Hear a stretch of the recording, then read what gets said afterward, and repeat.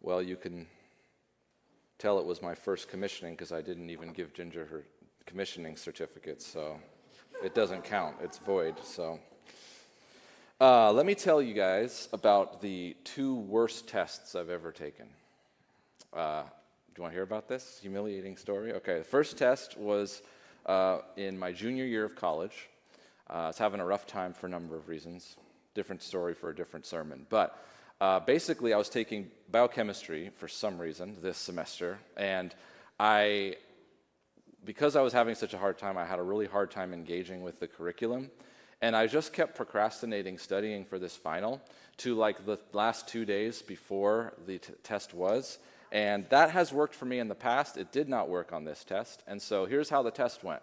I walked in, it was the night before, and I was looking at everything, and I said, I'll study tomorrow morning. The test was at noon. I woke up in the morning, much later than I anticipated, and I start looking at the material, and I'm just telling myself, this is not going to absorb in any way, shape, or form in the next 3 hours. We're going to see how this is going to go. So I step into the lecture hall, I sit down towards the front, I don't know why I did that either, and they hand out the packet of the final, and it's thick, and it has words that I vaguely understand from having read them 2 hours before, but am not equipped to answer. So I look at the test, I leaf through it, they say, ready, start your test. I write my name down. I know the answer to the first question. It's the only true or false question in the whole test. I knew that one.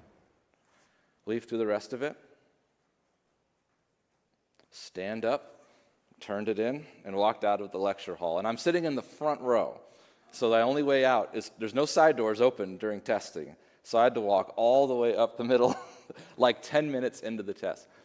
And so all the students are looking at me like I'm some sort of like savant or God, and I'm like, yeah, I know, I did that. And the teachers are looking at me like, aren't you going to put more? And this is all without actual words. This is just our stares communicating. They're like, and I'm like, if you want me to sit there and pretend I know what to put down, I will for you, but I'm just going to be wasting your time and mine. I have other finals to sort of study for this quarter. My worst test experience was in 7th grade, and I was sitting there, and it's that feeling that you get when the test is about to wrap up. Now, I've been studying for this one really hard. I had my dad helping me, I had my teacher helping me, I had been doing all the homework and all the assignments, but I was frozen. I was stuck.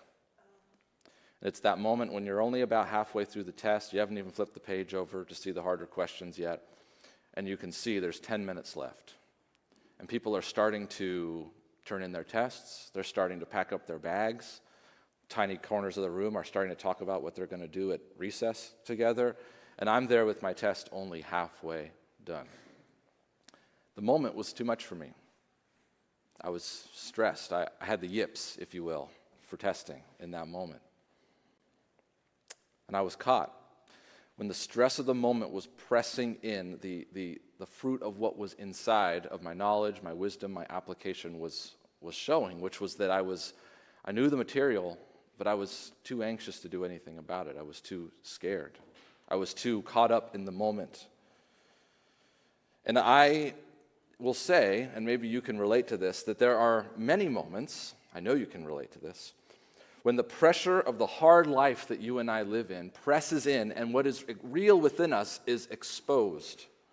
This will happen a number of times, to my great shame. It just happened again this week, where some situation in our life, the life of my family and I, will shift. And in my weaker, worst moments, in those moments I'm thinking, okay, I have to get this coverage at church, I have to figure this thing out. And my wife will very lovingly and correctly say, what about us? This affects our life first. In those moments, what is truest about me, what I desire the most, is exposed. For you and I, what's revealed in our hardest moments? What's revealed in our hardest moments?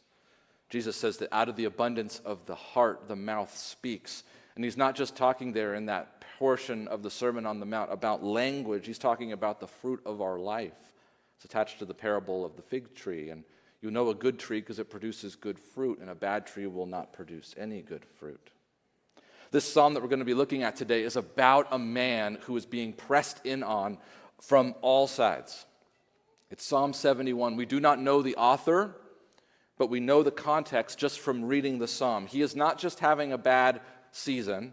He's not just having a down day. It is clear from the context of the psalm that he is in imminent stress and perhaps even real life-threatening danger. He has enemies that are closing in on him from one source or another. Some think it's from outside of God's covenant people or the church. Some people think it may be from the inside, people pressing in and stressing him for other reasons. But no matter what the situation, we have a man here who is in the crucible of stress and refinement.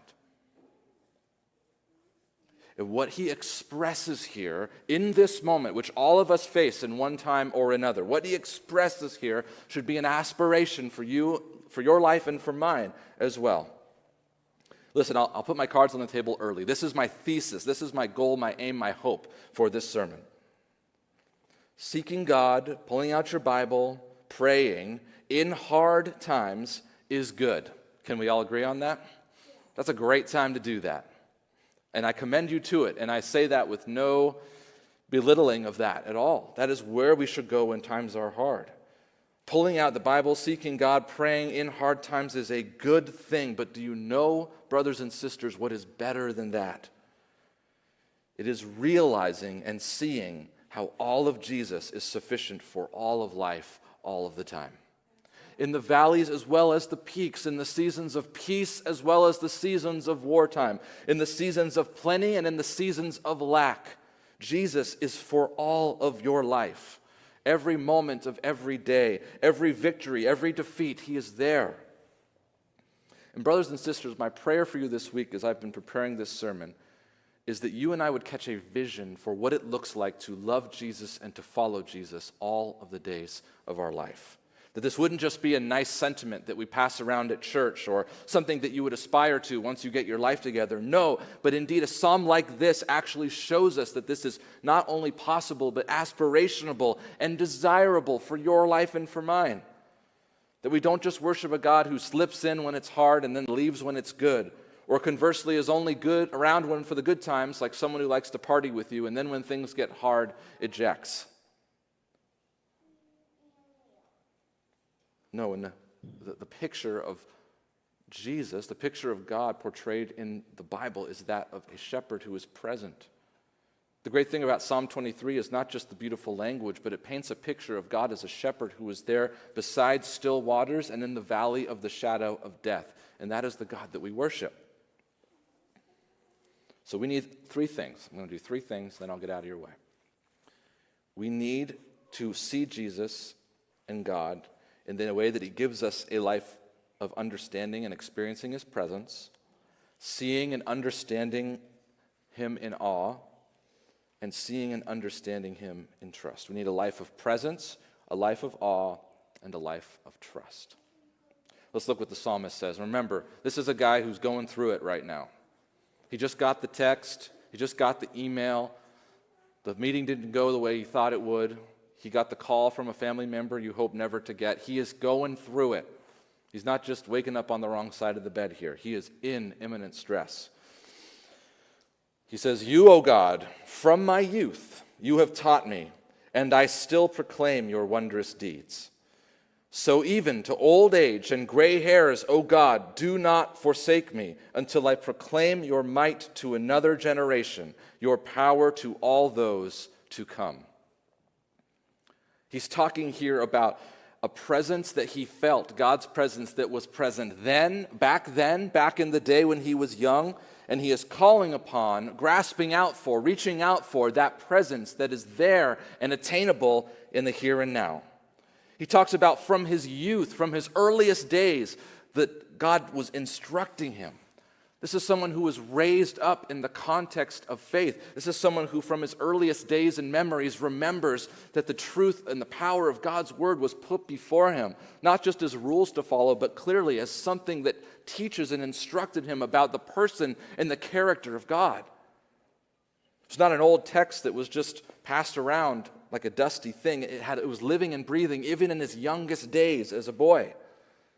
His presence was with him then in its earliest wisps and understandings, but in his earliest days as a child, he can look back and see how God was with him in those moments.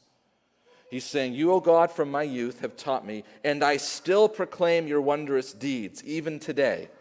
Your presence is with me now. Your presence is here with me today. You are here. I acknowledge that, even though it's hard to feel right now. And I will tell people that you are good, even if I'm wondering how this is going to turn out. This is a man who has been marked not just by knowledge of God, but an awareness and a walking in and a trusting of the presence of God himself. You are here, and I will tell of your wondrous deeds. See, God is able and big enough for every stage of life. God is able and big enough for every stage of life. And as I've been thinking and praying about this text and our church, there's nothing I want more than for every person here, from the moment they're born to the moment they go back to be with Jesus, that we grasp that God is able and big enough for every season of your life. And every person in every chapter of their life is prone to wander in a number of different ways. It's easy for the young to look at the old and say you're out of touch, you don't get it. It's easy for the old to look at the young and say you're immature and you're like a sailboat without a rudder, all direction but no aim, all power, no aim. But the truth is, every season of life brings with it its temptations to do life without God, thank you very much. To ignore the presence that is promised of God through Jesus Christ. We often, to our shame, look at our kids and say, well, they're too young to understand things about God. They're too young to grasp it. The concept of grace is too much for them, and so we're going to wait until they're older to start sowing those seeds. But our children watch your life, and our children retain more in teaching than we often give them credit for. I'm amazed how much my son remembers.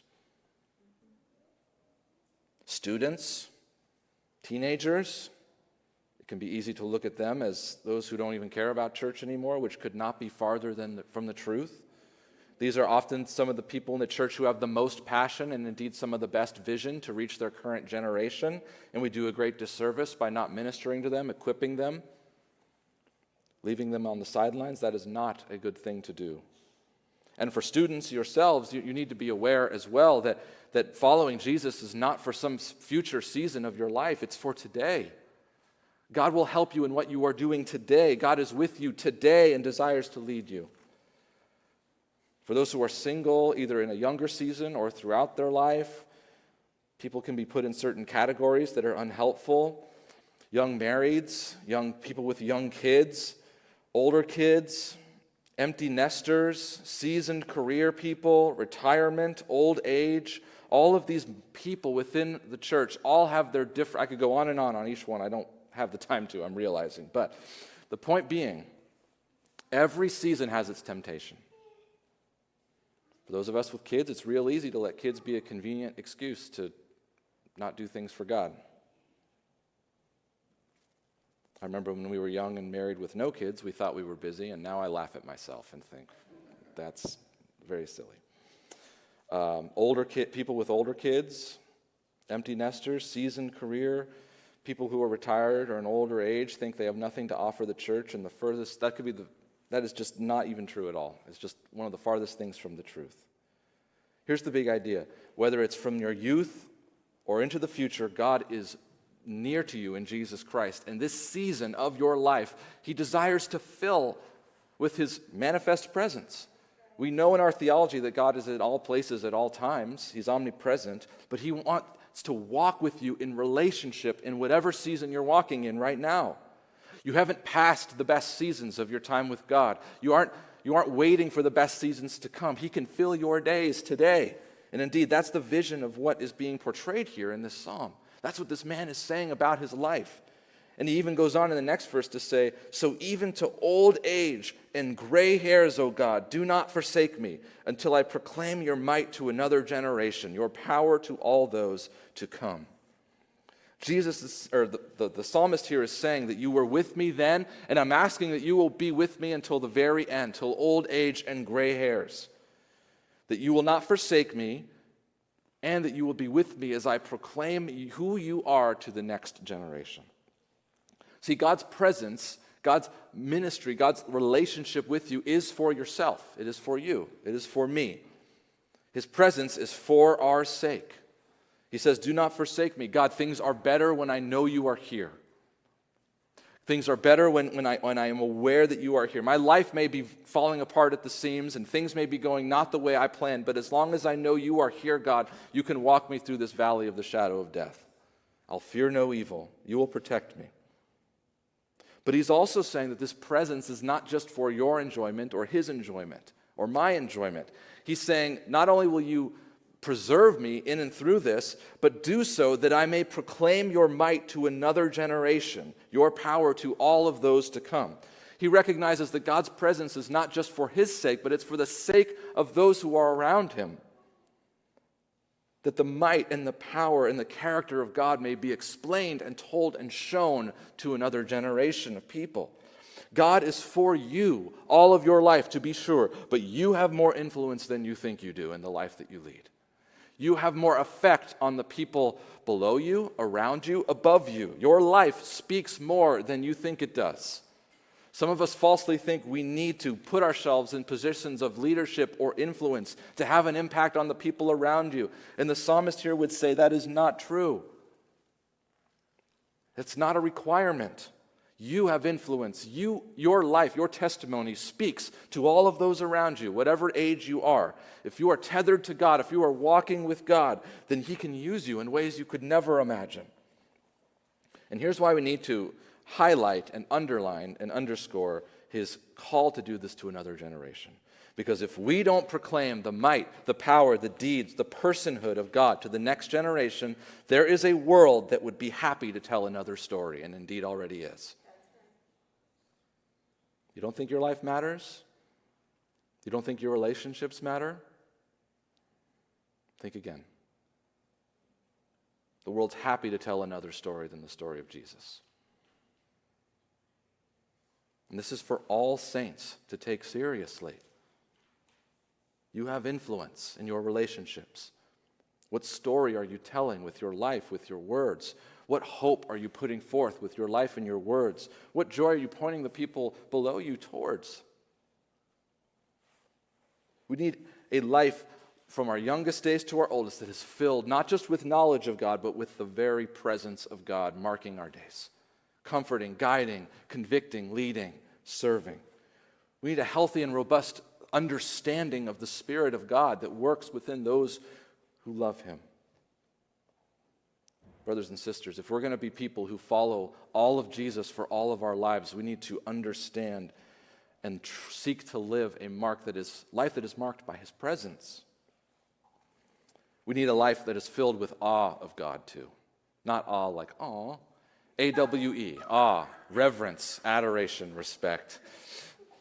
Verse 19, the psalmist writes, Your righteousness, O God, reaches the high heavens. That's a lot of righteousness, stacked up. You who have done great things, O God, who is like you? You who have done great things, O God, who is like you? Okay, this reads like kind of stereotypical psalm language, but stay with me here, okay? It reads like a psalm, but look at the heart that is being pressed out here in this crucible moment. You have to remember, this is a dark time for this person. This is a moment when not everything's lining up to play out well for him. He does not know what the next moment holds. But in that moment, as things are pressing in, he is able to say with confidence and assurance that your righteousness is high, is abundant. There's more than enough. Righteousness is so inside your character, who you are, that it is just uncountable, immeasurable. High as the heavens, he says. This shows us how he feels about the character of God. Though he's going through a hard time, that he understands God's character is as a righteous God. And he says, you who have done great things, who is like you? Even in this hard moment, he's not saying, God, how could you have done this? God, I don't trust you. There's a space for that, and we'll get to that. But he's saying, God, in spite of what's going on, you have done great things, and who is like you? There's a big view of his character.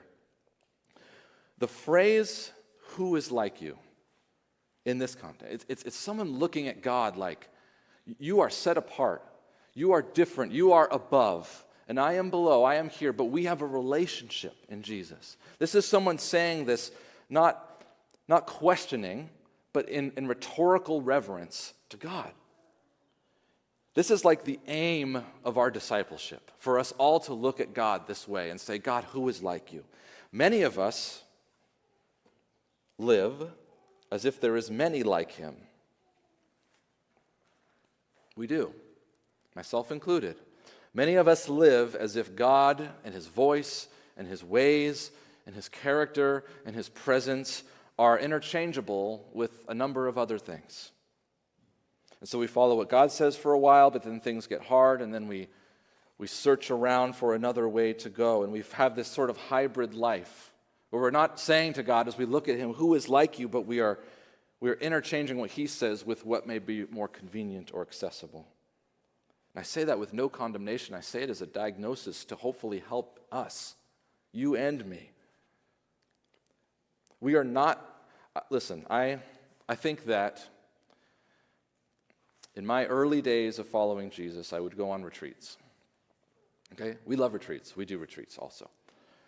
And I would have what many of you have likely had at a retreat. It's called a mountaintop experience. Have you heard this phrase before? If you haven't, it's like that camp moment where it feels like the heavens are torn back and like God's presence is there, and everyone says stuff as they're getting into their cars like, wouldn't it be great if it could always be like this? Now, I'm not making fun of that or bashing it at all. I think we need those moments in our walk with Jesus. We certainly do. But the danger in that can be thinking that I need all of those things to be in place again for me to be in awe of God and walk in reverence towards God, or even to experience him in that same way. This is called living mountaintop to mountaintop, experience to experience. Yes, our faith is experiential. When you come here to worship and when you hear someone preaching, hopefully your emotions are stirred towards God. That's what we're here to do. We're not here to manipulate you, but we're here to stir you. I hope what I say has some impact on your thoughts and on your life and on your heart. That's why I'm yelling. I want you to feel emotions about God. That's why we preach the Word. I could just talk the Word. I could just read the Word. I am here to exhort you to the truth of God. That's my job. When we sing songs that stir our hearts towards God. Emotion, response is part of following God. It's part of what we do. And this life he is leading, the life that is being leaked out here in this moment of stress and turmoil, is a life that is marked by the presence of God, that is having effect on his affections for God and the way he's viewing his circumstances. This is a life that is in awe of God. And my question to you and to me is, when is the last time you felt awe towards God? When is the last time that who he is stirred you? Who he is made you shake with reverence? What he's done for you made you well up with tears. How could he, who did nothing wrong, die for me, who's done almost everything wrong? When is the last time your heart was stirred up towards God? When's the last time you got excited about the things of God? When's the last time you wept over your sin? When's the last time? And I'm here today to tell you that your life is not to be lived just mundane day to mundane day. Yes, we have days where it's just chores and kids and work and then repeat. But that does not mean that the presence of God is not in those days, and does not mean that you aren't to have a worshipful heart, as I'm to have a worshipful heart as we walk through those ordinary days. The God of the Old Testament, the God who raised Jesus from the dead, is the same God you worship. It's not the new tame version. You and I are called to live lives of awe and reverence before God, to be stirred towards the King of Kings and the Lord of Lords. And my question to you is, when's the last time you felt that way? Because sometimes I feel like we come here and we're just waiting for church to be over. When's the last time you felt that towards God? He is for all of your life. He will be. There's a great motif in the Old Testament where someone, a person of God, has lived a life. And if you know your Old Testament, this is especially in Genesis, and we went through Genesis a few years ago, and if you remember, there's not very many commendable characters in the book of Genesis. Yes, there's heroes of the faith, but heroes is a term we use quite loosely because they They messed up pretty bad. But here's a marker, is the people who followed God and stumbled along the way but stayed faithful to him, the end of their life has this tag on it, that they lived a long life that was full of days. There's some people who it just says they lived this long and then they died. So my question to you is, do you want just a long life? Put a lot of effort into preserving our lives, do we not? Or do you want a life that is full of days? And the difference between the two is not how much you did, not how much you accomplished, not how much money you have, not what you have to show for yourself on your CV. It is if God filled those days or not. That's the marker. Did you follow him? Did I follow him? Did we seek him? Did we pursue him? Did we put away the things he hates that are in your life and pursue the things he loves? With the grace of the gospel and the Spirit of God working within you. Brothers and sisters, I think we play too nice sometimes. We need to tremble before God. You and I need to live a life that is marked by awe for God. Who is like you? That needs to be the end result of everything we do as a church. God, who is like you? You are above and beyond. I am not. You are great. I am not. Therefore, let me walk in such a way. And the reason it's good to be a Christian is you can do that looking at a father and not someone who has it out for you. You have relationship with that God that we're to have awe and reverence for. That power, that might, that strength, that ability is a God who is on your side in Jesus Christ. Do we pray to him that way? Do we think about him that way? Do we act as if that's real? The invitation is there for you and I in Jesus. Or are we bored with God instead? Do we just leaf through for answers to the occasional thing in our life? Or is your life marked by presence and awe? God will fill your days. He will. Will you let him? All of this points not just towards experience, but towards trust. It's one thing to move from experience to experience, but if you don't trust God, if you don't trust him, then you're not going to have a relationship with him. You're going to try to hide yourself in your sin. You're going to try to hide from other people. This is what the psalmist ends this bit with. Verse 20, he says, "You who have made me see many troubles and calamities will revive me again. From the depths of the earth you will bring me up again. You will increase my greatness and comfort me again." It's not up there, so let me just read it again. This can sound like just psalmy, flowery language. I want you to hear what he's saying here. You, God, who have made me see many troubles and calamities, you're going to revive me again. From the depths of the earth, you will bring me up again. You, God, will increase my greatness and comfort me again. The thing that you can say a lot of things about the Bible, good and bad, depending on your opinion. The one thing that even the fiercest opponents of God's scriptures have to admit is that it is honest about the human experience.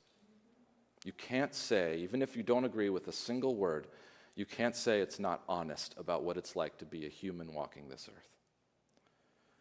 Having all of Jesus in all of our life does not mean that troubles, calamities, and depths of the earth will not come to all of us. Here's a man who's been marked by the presence of God. I'm sure not every season was potent and beautiful and full of God's presence, and he wasn't probably walking in awe every day. What I'm giving before us is not something that's going to happen every day of your life, but he had it as an ambition and as something he was striving for in his life. And yet to him even troubles, calamities, and depths came. And what this offers us is not, it shouldn't discourage you, it should encourage you and offer a perspective that God is not just for the mountaintops, he's for the valleys of the shadow of death as well. Scripture proves it again and again. And not just scriptures, but he is clinging to promises that he knows, but that he has also experienced. This is why it's so important for us to walk with God in all seasons of life. When you only walk with God when things are good, you miss out on the times when He does revive you, when He does comfort you, when He does bring you back up. When you walk with Him, even when it's hard, you're able to look back and say, see, there He was. He was there. He was honest. He kept His promise. He didn't leave me. He didn't forsake me. He was there with me every step of the way. And this perspective you have on the experiences you have, you are able to look forward to what you're experiencing or what you may experience and know and trust that that same God is there. That He's not going to pull a bait and switch on you, that He's not going to be there one time and not another time. As we walk with God through hard times, just like this psalmist has, he is able to say confidently as he faces imminent threat and danger, you're going to revive me again. You're going to bring me up again. You're going to comfort me again. You're going to restore my honor again. That's what the word greatness here means. Here's the reality. Hardship will be faced by everyone. That's why I love the end of the Sermon on the Mount. One of the last things Jesus says is, anyone who hears these words and does them will be like someone who builds their house on the rock. Anyone who hears these words and does not do them will be like those who build their house on the sand. And the rain comes to both people. Even Jesus is honest. People who built, just because they built on a good foundation does not mean the rains didn't come. This should not be a discouragement to you. This should match the reality that you're living. As it matches mine. But it will stand. The house built on the Lord will stand in the day of hardship and calamity. Hardship that we will all come faced alone, by yourself, siloed away from God and His people, leads to despair and hopelessness, and it breeds further mistrust in God. Not because He's not trustworthy, but because in our hardships, we are often bad judges of God's character when we're left to our own devices, when we're left to our own thinking. Hardship faced with others and with God's truth leads to trust, and it strengthens our faith. Because sometimes you need someone to look at what you're looking at, and you're going to ask the question that you should not feel any shame for asking. How's God going to make something good out of this? How's God going to redeem this? How's God going to lift me up out of this? How's God going to make this beautiful? You need other people for that. You can't really do that by yourself. Not for a long term, anyway. After college, I had a few brief stints in retail, and one of my favorite stints was working for Crate & Barrel in Corte Madera. I'm a happy customer of Crate & Barrel. Not recently, because, dang, that stuff's expensive. But I loved working there because I'm a nerd for that kind of stuff. And so I was a stock person. I worked in the back. And basically what came was the big truck full of stuff. And I would unbox it, put it in the storeroom. And there was a whole separate team that was not the schlepping team. They were always dressed much better and had good taste in art and stuff. And they were the design team. So they would take all the dusty boxes full of plates and bowls and cups, and they would arrange them. And something I was always amazed at is I would just take these random plates and bowls and utensils and cups, and some of them were really weird looking. Who would ever buy this? Especially the summer collections, always was this designed by a 5-year-old who is high on popsicles? What's going on here? What I was always amazed by is I would be all right, here you go, and they would take it, and they would be able to, through their ability, arrange it in a way that was beautiful, and that made sense, and that was coherent, and that worked with the flow of the store, and that enhanced the customer experience, yada, yada, yada, all that stuff, right? I couldn't have done that. I was here's this bowl. I don't know what to do with it. Sometimes we need someone else to take the mess or perceived mess that we have and arrange it in a way where you can see it, that God can use this. Or God was faithful here. You didn't quite see it, though. So let's be encouraged that He'll be faithful here.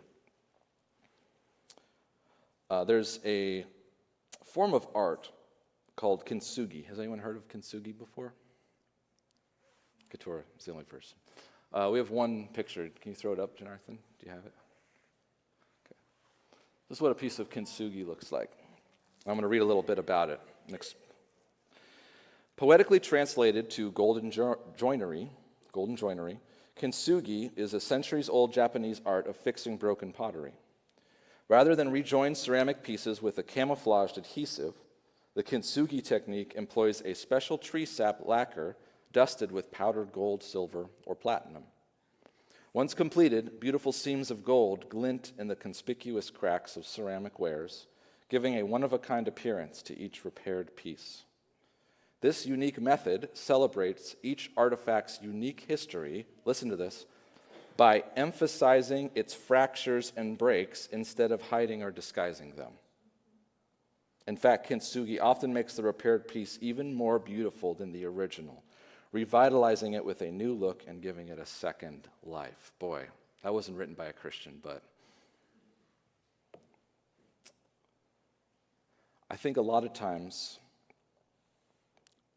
we can't develop trust in this God who promises to be present and before whom we're to live lives of awe and reverence because we want to hide this mess instead of put it before God and before others. We want to micromanage. We got some Gorilla Glue in the back, and we're just going to try to tape it up ourselves so that we can present what was once a beautiful thing as beautiful again. And it doesn't mean that this bowl is not valuable. It does not mean that your brokenness defines you. But what this does is it's an image, right? It's a metaphor of those who are followers of Jesus. None of our suffering is wasted in Jesus Christ. None of our hardship is just thrown away as if it is nothing. On the contrary, this psalmist is saying, I've walked through hard things with you, God. He even uses this language in the ESV, you who have made me see many troubles. Now, other translations, like the NLT, say, you who have brought me through many troubles, but there's tension in the language there. Like, God, maybe you could have done something about this, but here I am, having faced these calamities, these hardships.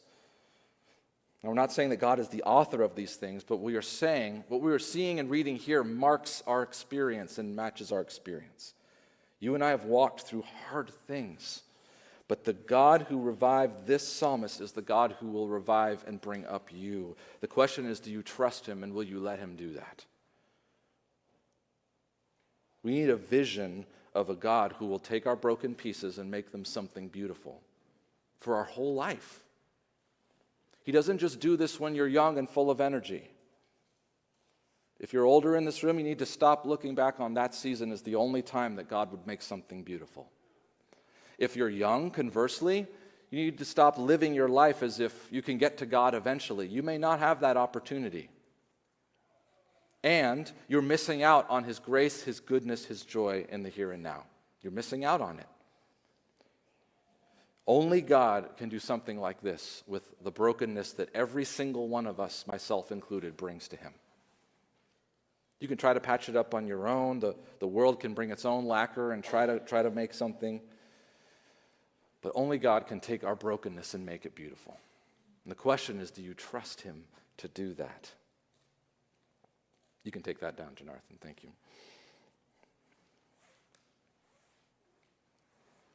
I want to end, I have 30 seconds left. I want to say this with the last bit of my time. I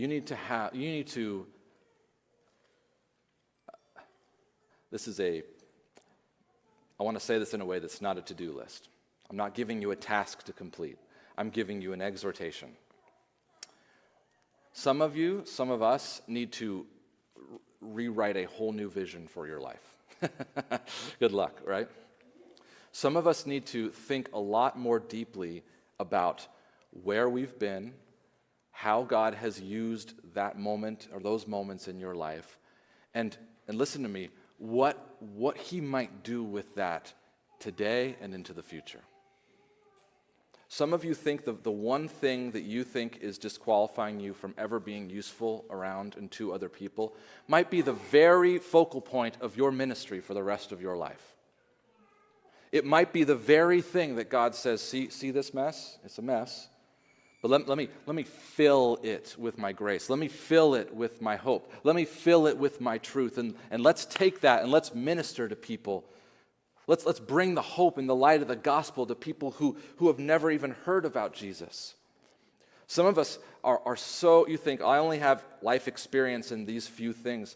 You don't know the volume that could speak to the people, the generation that is coming after you. The things you know how to do that you take for granted are so important to the people below you. You don't know. You don't know until you try. You don't know until you form relationship. You don't know until you begin to instill and proclaim who God is and how He's worked in your life to the people below you. We have such an opportunity as a church. This is my heart for us, this passage, is this, that each of us has gone through so much. And God has worked in some of your lives in just incredible ways. In fact, I know that if you're following Him, He's worked in your life, in all of your lives, in incredible ways. But some of us just haven't seen it for the grace that it is yet. So my call to you and to myself is that we would embrace that we would see that Jesus is not just for the time when it was good. Jesus won't just be there when you get everything figured out in your life that you'd like to have figured out. Jesus is here today, and the presence of God is yours in the grace of Jesus Christ. And we are to live lives in awe and of gratitude before the King of Kings and the Lord of Lords. May this vision for Jesus and for your life fill you. Remember that nothing that you have gone through is wasted in the gospel. And indeed, everything can be redeemed and made beautiful. And even if it doesn't feel that way today, I promise you that, everybody loves a testimony. Everybody loves a testimony. Everybody loves to hear how this is what happened, this is what God did, and this is, even though my life didn't go up and to the right, here's how He was faithful in that season. People love to hear that. You just don't think it's a good story because it's your story. It's boring to you or it's painful to you. But I promise you, as we search for God in these moments of hardship and see how He works and weaves, you have no idea what power that story can hold for other people. Brothers and sisters, when we want to be a church that follows Jesus, Joel's going to do one more sermon next week, but we want to say that we followed Him all the days of our life. And we will have days and seasons where we stumble. We will have days and seasons where we fall short of the glory and the grace of God. But may it not be that it's because we found God boring. May it not be because we were indifferent to the things of God. May it not be because we as a church decided that we were just going to show up instead of come to worship God. May it not be because we just put God in a category in our life that we can define and understand instead of letting Him permeate every part of our life and see what He does with that surrender. May we be people whose vision for our life is that no season, no day, no moment is ever wasted, but all of it, like broken pieces, can be formed together and used for testimony and for beauty. Let's be that kind of church. Let's be the church that does that and receives that grace for ourselves, and may we be the kind of church that passes that to one another, down to the next generation, up to the future generation. May every person that calls Anthem home live a life full of the presence and the awe and the trust of God. That's my hope, and I pray that would be our hope and our vision as we move forward. Let's pray together.